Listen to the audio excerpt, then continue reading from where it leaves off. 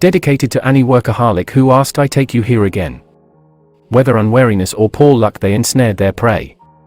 My eyes beheld a man just before, fleeing, alas the pursuers were too close and quick ensuring the mob set upon him. It happened again, yet another destined for cannibals. Afternoon this played out, from my sudden hideout, a nearby river serving to near fully submerge me in its chilly waterway. The chill on my mind wasn't from the coursing liquid as can be imagined. My partner and I had separated by some distance when the band accosted him, making me anxious observer than savior. Soon their captive bound hand and foot by rope to a pole suspended from it, carried by two men horizontal in their party, and they were on their way, walking off. When out of sight several long ages, I dared to will my body walk out the river. Fear had me still like a prey animal. The sun hadn't changed its sky position, so it must have been shorter. By now I was trailing, keeping a fearful distance. Clear to my eyes, the man carried by a pole as a wild boar, captors feeling not a whit disturbed, clearly a well-honed practice. Were it me, I think given the distance on foot less tiring to have the man on his own 2 feet than carried on a pole. From whence that thought entered I know not.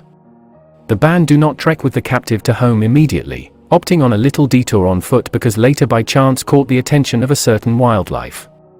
The band, believe it or not, entertaining a honey guide, follow the animal. Eventually their guide lands near a bee's nest, waiting patiently as any human. The men as I watched at a distance set camp and then pry open the nest.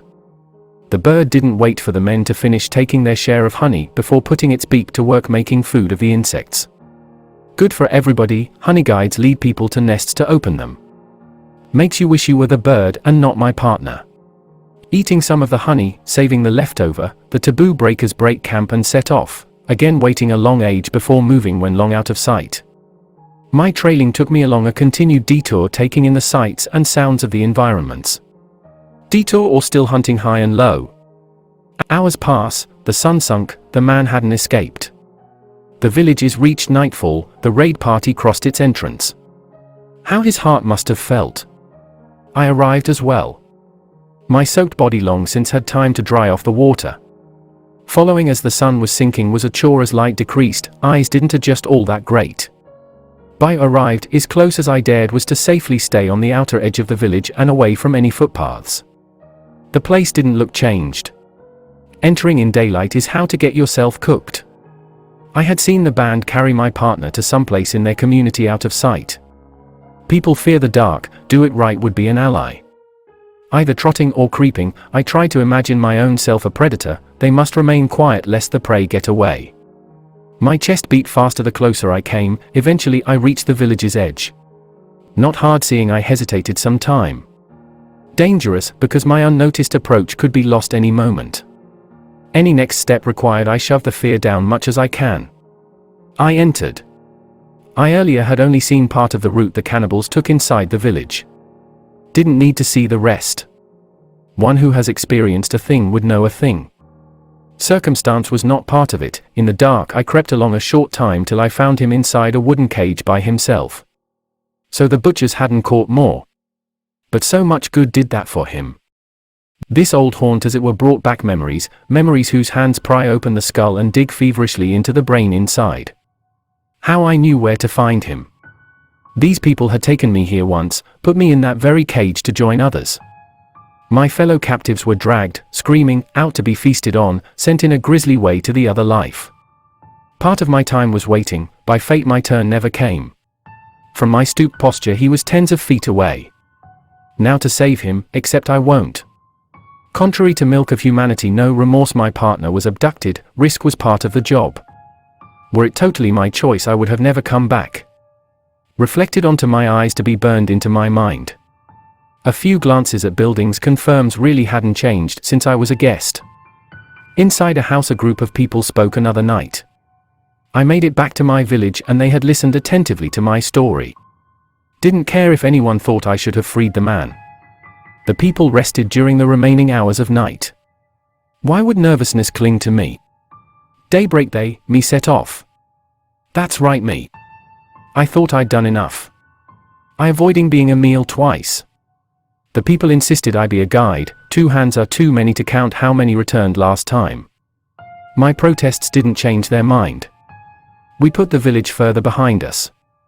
Why I and the partner traveled was the job to locate the cannibal village and report back minus the capture part.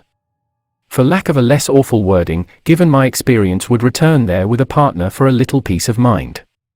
Get the cannibals before they get you. These were raiders. Called their target village of skulls. Last night, deep interest in the village itself rivaling wish to rescue captives. If my feet had mouths to tell me, I wouldn't want ears. The second party borrows from the first a bit and doesn't head directly to the village. In their case, approach from an unexpected direction. They could join me taking in more sights during travel too. Daybreak we got within sight of the place of my old, and my partner's fresh horrors. From this long distance I think back how I spared myself that doom. Using a hyena to chew away the cage bonds with some food, just as fresh as the scent of cooking meat. The party moves closer trying to stay hidden. I actually didn't run away surprisingly. Within shouting distance with a gamble, launched an immediate attack pouring into the community, myself included, in a fury. Somewhere inside the desire to repay was stronger than fear. Taken unawares the battle is over, kind of. My partner is alive, but like my own experience witnessed, fellow captives share the taboo fate they destined for, he says. Prisoners are made to behold the remains of victims under collective scorn for an end truly to the fight. After cast out the village, told never return. Bereft of home, can it be expected deprive of human flesh too? A place of unspeakable horror rightfully burned, the smoke seen far and wide. Didn't happen. Their interest in the village would become plain. I spoke of my village, not quite true. The raiders and I belong to a tribe that moves around place to place, staying but a time in villages with their houses.